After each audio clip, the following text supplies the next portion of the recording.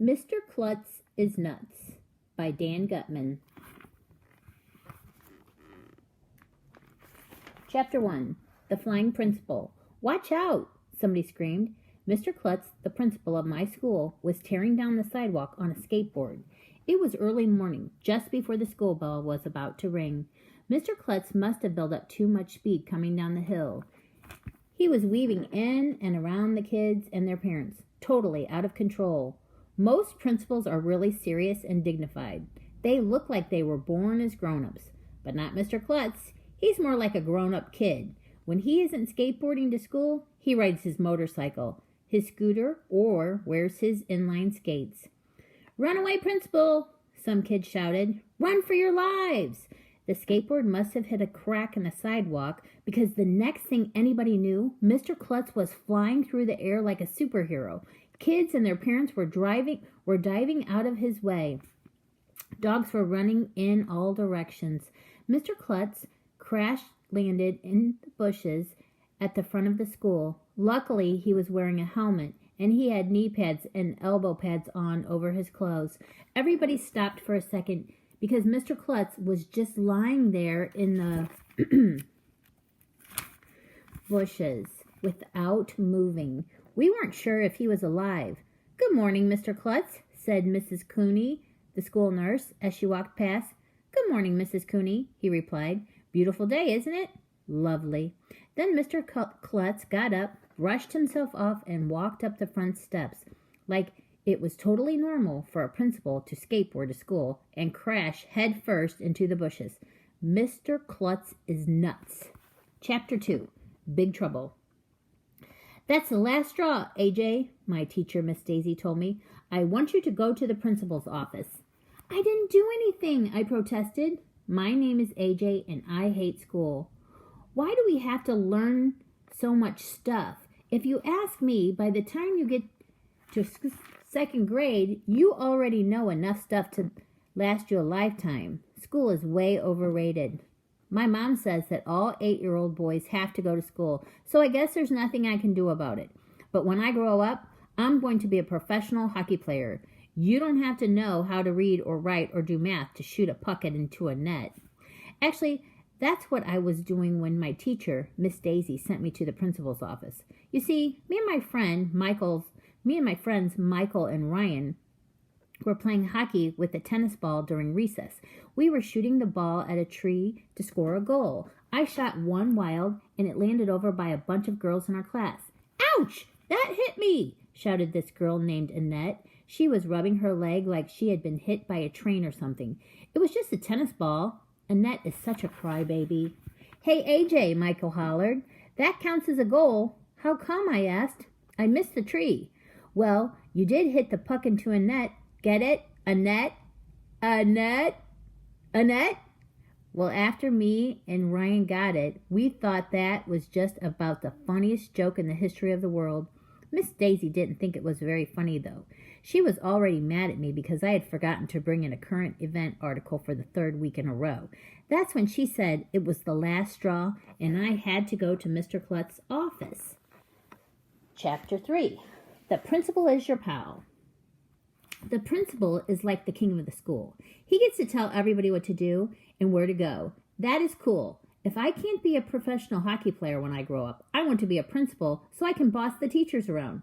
My friend Billy from around the corner, who was in 2nd grade last year, told me that principals have a dungeon down in the basement of the school where they torture kids who misbehave. I don't know if Billy's telling the truth or not, but one time we had gym class and we passed by this door in the basement, and there were all kinds of scary-looking things in there.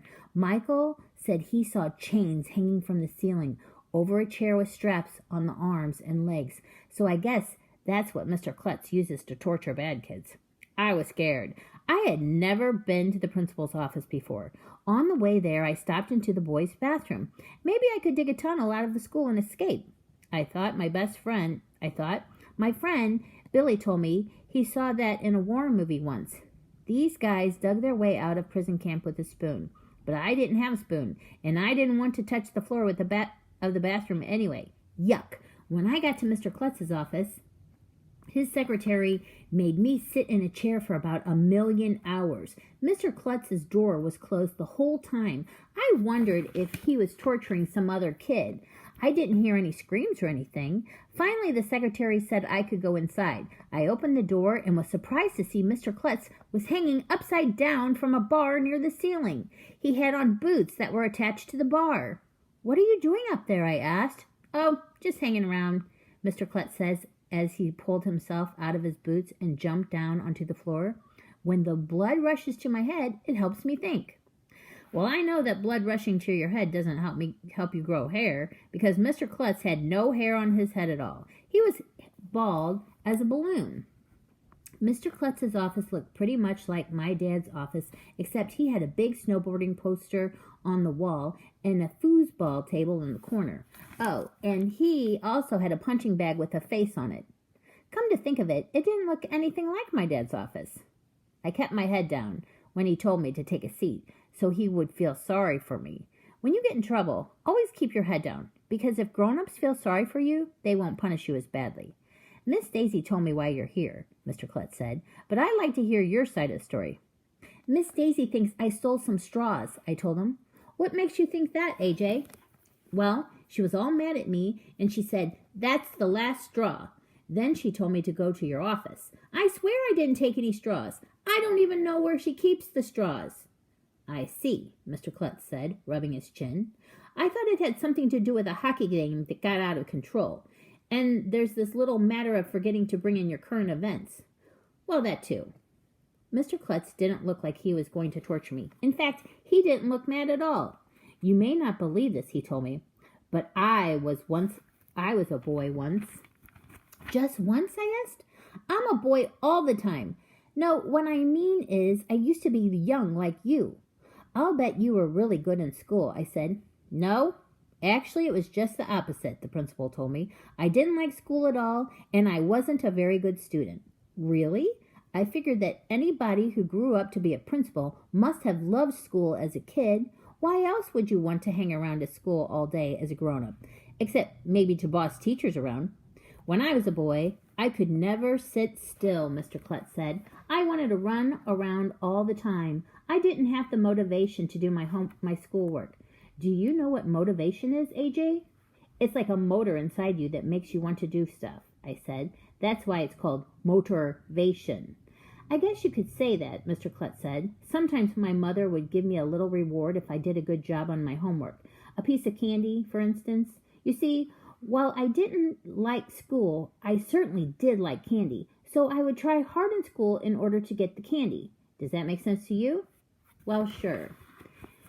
"AJ, if I were to give you some candy, do you think it might help you remember to bring your current event next time?"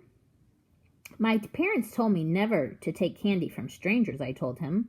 "I'm not a stranger," Mr. Klutz said. "Did you ever hear anyone say your principal is your pal?